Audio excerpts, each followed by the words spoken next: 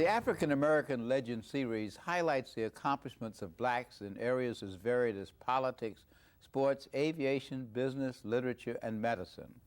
We will explore how African Americans have succeeded in areas where they've been previously excluded because of segregation, racism, and lack of opportunity. I'm your host, Dr. Roscoe C. Brown, Jr., and joining us on today's program is Blanche Bouie, Director of the Harlem Breast Cancer Coalition, an outgrowth of one of the great African American legends, Dr. Harold Freeman, who's been president of the American Cancer Society and has led the world to recognize that cancer, particularly breast cancer, is a very serious problem, particularly among African Americans. And Blanche, as you think about this, just how serious is the problem of breast cancer among African American women? Breast cancer among African American women is very, very serious. Nationally, breast cancer with African American women, they're being diagnosed at stage 1, stage 2. 84% of them are diagnosed at stage 1 or 2, whereas other women are being diagnosed at stage 1 and 2 at a higher percentage. But what is stage 1 and 2? It's stage 1 and stage 2 are when women are most treatable for breast cancer. Survival rate is much higher. Right. Stage 3 and 4, the survival rate is much lower than stage 1 and 2. But with our project, we concentrated more or less with African American women in Harlem, where stage 1 was only 6% survival. Stage 1 was only 6%. Stage 2 was only 45%. In other words, only half of the women who were examined fit into stage 1 and 2, the less serious, and half were in the more serious category. The diagnosis for the 49% was 49%, which is almost half of the women, actually 69% nationally African American women survive 5 years, have 5-year survival, and only 39% in Harlem. Which is a major problem. Yes. That's very interesting. Now you're saying that nationally among African American women, the survival rate is 69% over 5 years, which is fairly close to the survival rate among white women. Yes, it's close to survival for white women is 84%.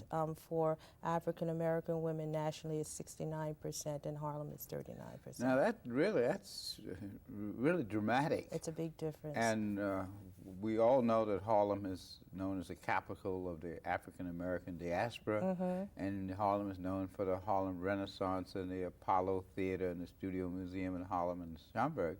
But it's also known because of poor health. We have a higher death rate among infants than, let's say, in the country of Bangladesh. So what does that tell you about Harlem and the conditions in Harlem that lead to such a disparity even between African American women in Harlem and African American women nationally? When we started this project, we talked to a lot of women about their reasons for not going for a mammogram, for instance, because breast cancer cannot be prevented, but caught early, a woman can have a high survival rate. Women in Harlem and African American women in general do not go for regular mammograms, and there are a lot of issues surrounding that. Many times we don't have a private physician, which means we are going to clinics and having to sit all day, hospital settings. We don't believe in preventative medicine because you're not going to go to the doctor if it's nothing wrong. You're not going to go and sit there all day for the doctor to tell you that there isn't anything wrong with you. And then we have children. And having children, you just don't want to spend all day in the clinic with the children. You're babysitting for someone else so that they can do something. So we have so many other built-in problems that we just see healthcare as being secondary and even further down the line than that. Of course, what you've really described is the syndrome of poverty. Poverty, and then add to it racism and the fact that African Americans have not always had the opportunities to even have the services. So that you're describing when you talk about waiting for something to actually happen to you rather than going for prevention, that's something that poor people all over the nation experience. It just so happened there's greater poverty in the African American community, and we see it more. Now, in terms of diagnosing and, in a sense, preventing death from breast cancer because of our early diagnosis, what is the main process of diagnosis? Is it the mammogram? Is it breast self-examination?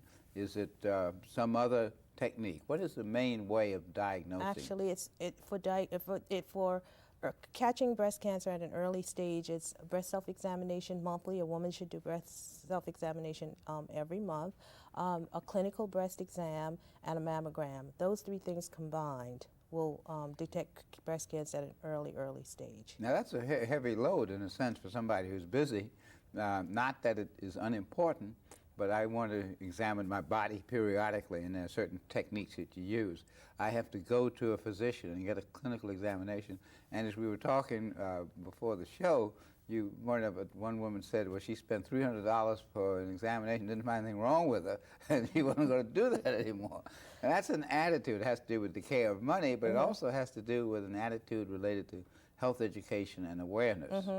And I imagine that's where Sister to Sister comes in. Sister to Sister, yes, that's where Sister to Sister comes in. And I'd like to just go back a little in terms of how Sister to Sister was developed with the Harlem Breast Cancer Coalition. We were lucky enough, I guess you can say, to have one of the major corporations give to us one of their vice presidents of marketing on loan, on sabbatical for 6 months.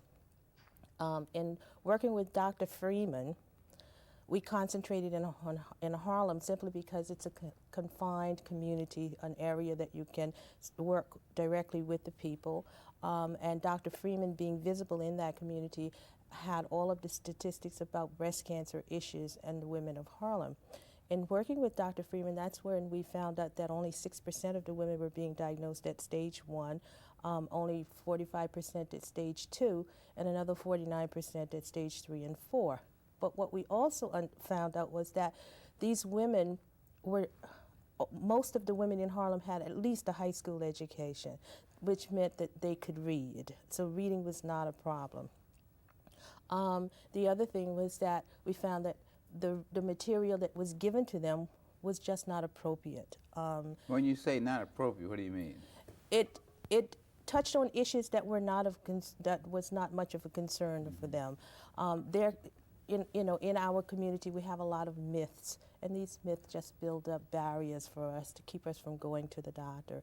So there were a lot of reasons why women didn't go, because they thought, well, it's not a black woman's disease. Because if you think about it, there isn't one African-American woman who has celebrity status that would get up and say that I had breast cancer. So these women have no one to identify with, and I'm not saying that's a good reason, but that is one of the issues. So it makes them feel that we don't get breast cancer. So if we don't get breast cancer, why do I need to go? There was the other issue of, the radiation is going to give me cancer. So why am I going to go and have them give me something that's going to cause cancer? Then there was the religious, the spiritual aspect comes in, where as if I pray, God's going to help me and I'm not going to get this. And then for many years, cancer was the big C and a stigma for most of these people. So we didn't have anything that we could just go in and say this is just not it.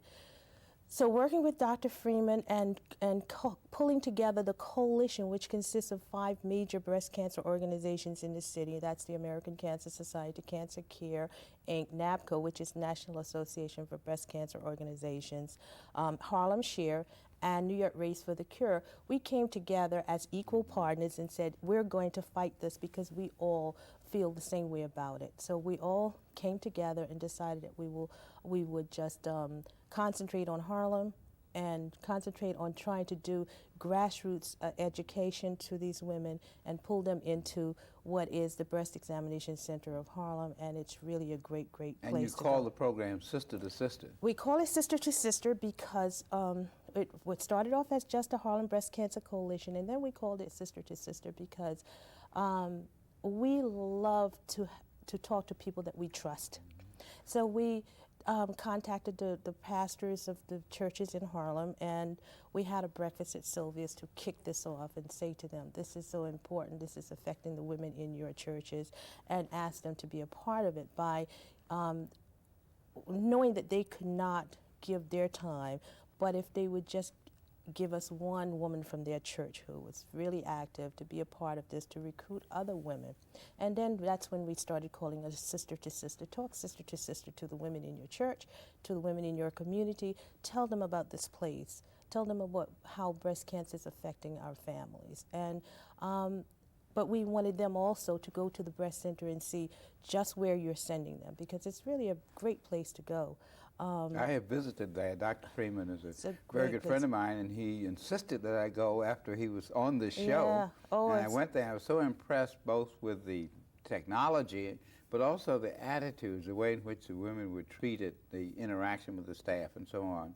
That, of course, has a lot to do with setting the climate, so that people will hear about, will experience it, tell other people, they will come and say, this is very much like a classical marketing campaign. It is. As you were talking, I was thinking this is marketing. Determine your product, determine your area, determine impressions that people have about the particular issue or problem, determine how you're going to reach them. Now, one thing I believe, didn't you use a celebrity? Wasn't Nell Carter used? No, Whoopi Goldberg.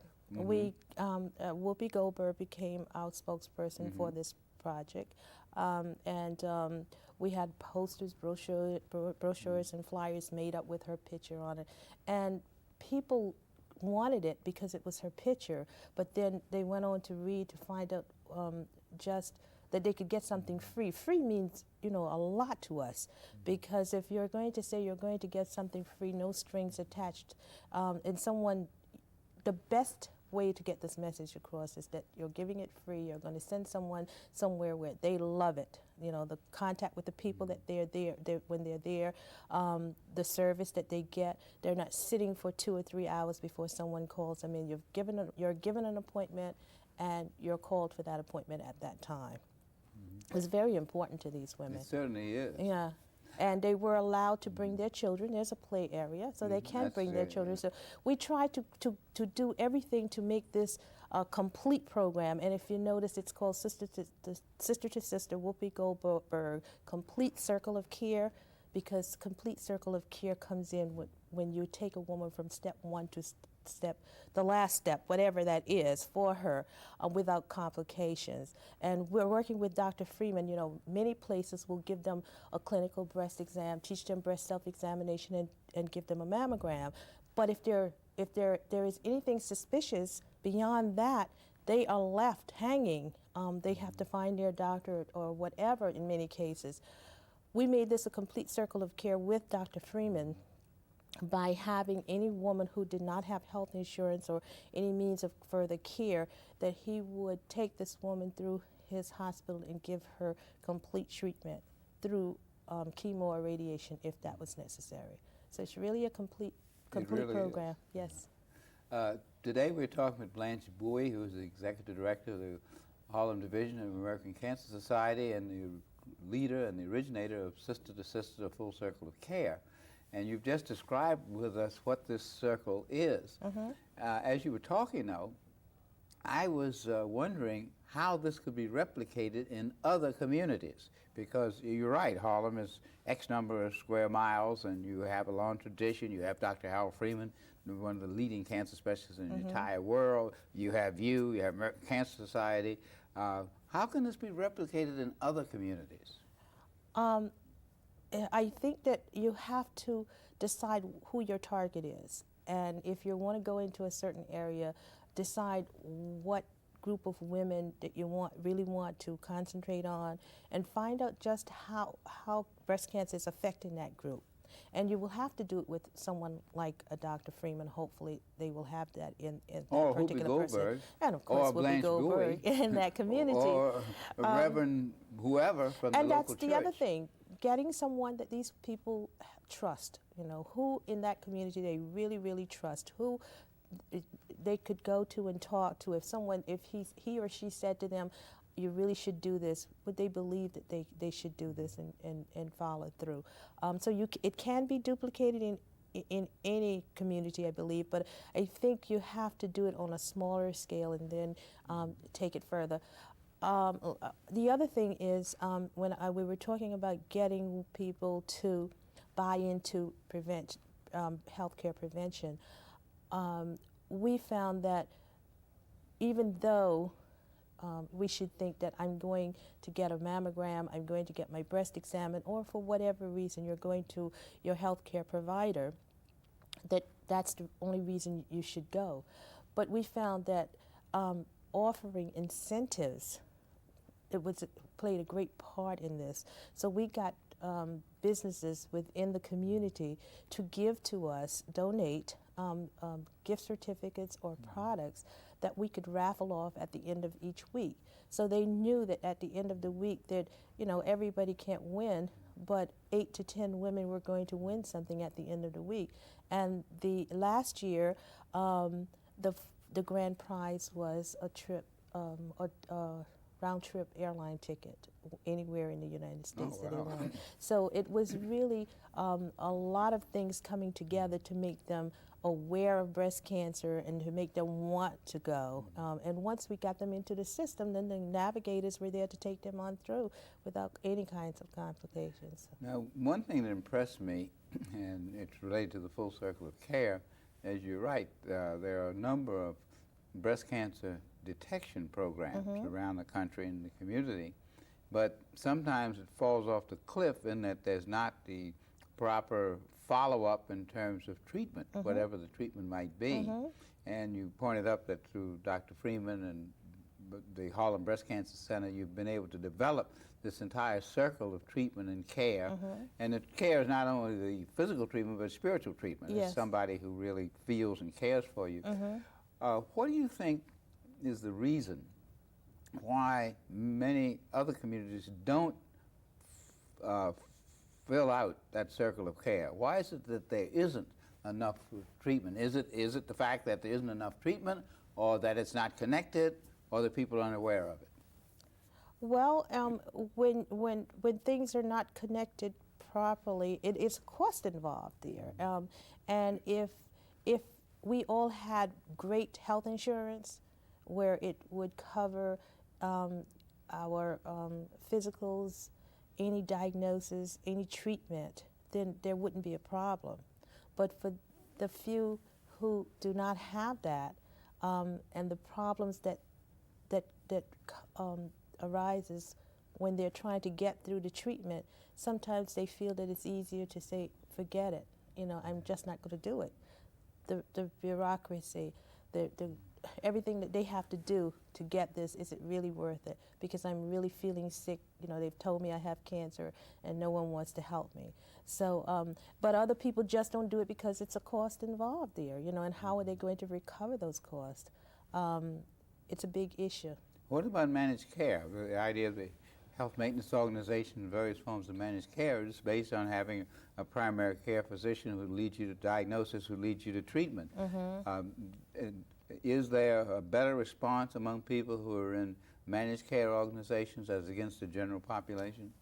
I would assume that yes, in managed care it would be, a person's health care would be managed much better. But in thinking in terms of people who are not insured, many people are being hired as temps.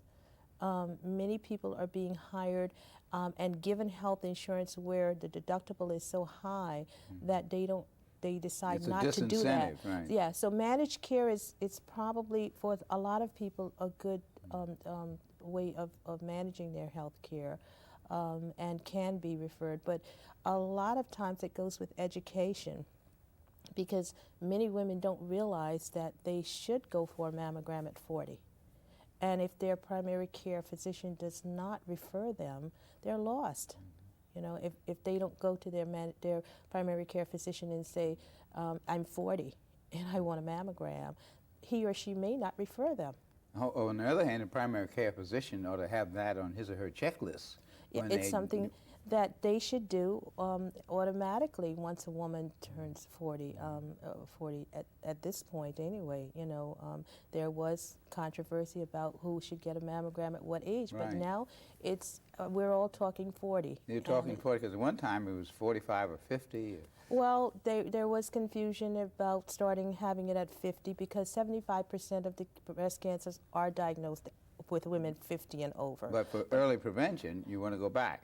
But even not even just early detection, but for women are being diagnosed they are being diagnosed early now, and you do want to have something if a woman is diagnosed later on to compare it with. But women are being diagnosed early now with breast cancer, and if they're not being told that they should get a mammogram, you know, it's something we're frightened about anyway, hearing about cancer. So some of us are just not going to do it. Well, let's talk about cancer in general in the African American community. In a sense, cancer is a lifestyle disease in part. In part, there may be some genetic predisposition. But largely, the cancers such as lung cancer, which is the leading cause of death from cancer, are environmentally determined, either from smoking or from pollution in the air. Colon cancer, which is also very high on the list, is a function of diet mainly. What can we do in the African American community to help African American men and women begin to make those changes in lifestyle that will tend to limit the expansion or the occurrence of breast cancer, lung cancer, colon cancer, any of the cancers in our community? Well, you know, lung cancer, 80% of the lung cancers are caused from smoking. And if we can make people much more aware that they should not smoke, and actually stop our teenagers from starting at this point, you know, if we can get them to stop, not to start, and get the older people to stop, that will really change lung cancer a great deal. Of course, there's an ethical consideration here. We have the tobacco people encouraging young people to smoke. They claim that they're not, and with the new legislation being proposed, it'll be illegal for them to do it. But smoking at one time was going down among teenagers.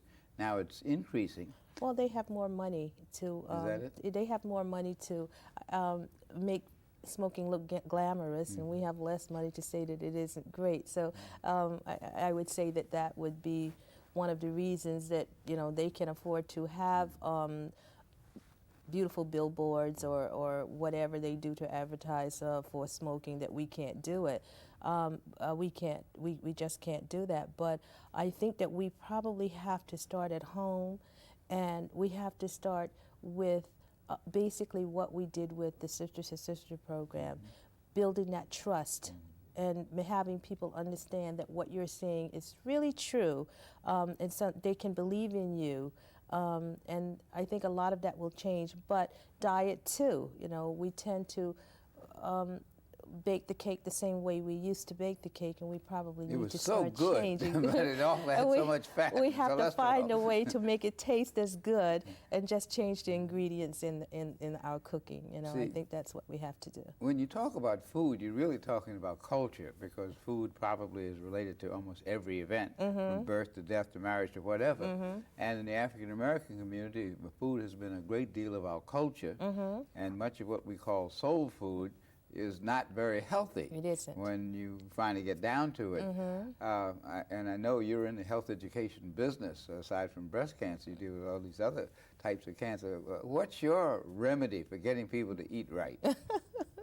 Well, I don't know what that would be, other than try to encourage them not to go to the fast food. How can you do that when there's a McDonald's on every corner? I know it's on every corner. I know that, but maybe the one thing we probably could do and should do is to encourage a place like McDonald's to change their menu. And they have in many places. They have, but it probably needs to be changed a great deal more.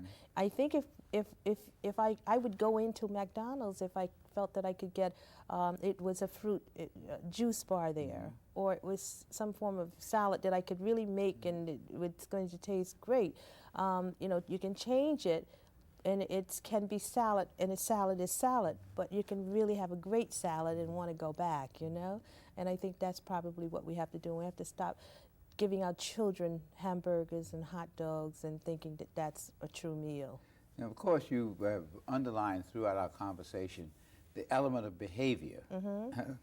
Breast self-examination is a behavioral thing. Seeking a mammogram is behavioral. Not smoking is behavioral. Eating the right food is behavioral. What is really the key, as a health educator, what is the key to changing individuals' behavior relating to any part of their health? You probably have to do it very slowly, that they don't really realize that that's what's happening to them.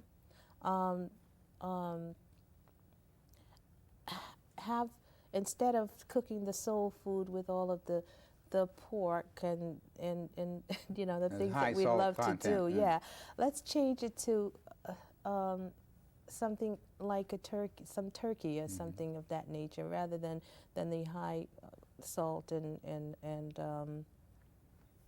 pork. I mean, you just have to get away from that. It's very difficult to tell us that this is the way, you know, we've eaten all of our lives, and now you really should change it. And so you have to do it slowly. If you just take something away from someone, they're always going to wonder why, and I want it back. And it's not as easy to make that change. Of course, the sister-to-sister concept that you've developed in dealing with breast cancer is an ideal way to change behavior. It's used in marketing circles, it's used in political circles, it's used in educational circles, particularly with parents and their children. So I think you should be congratulated on initiating this. Dr. Freeman should be congratulated.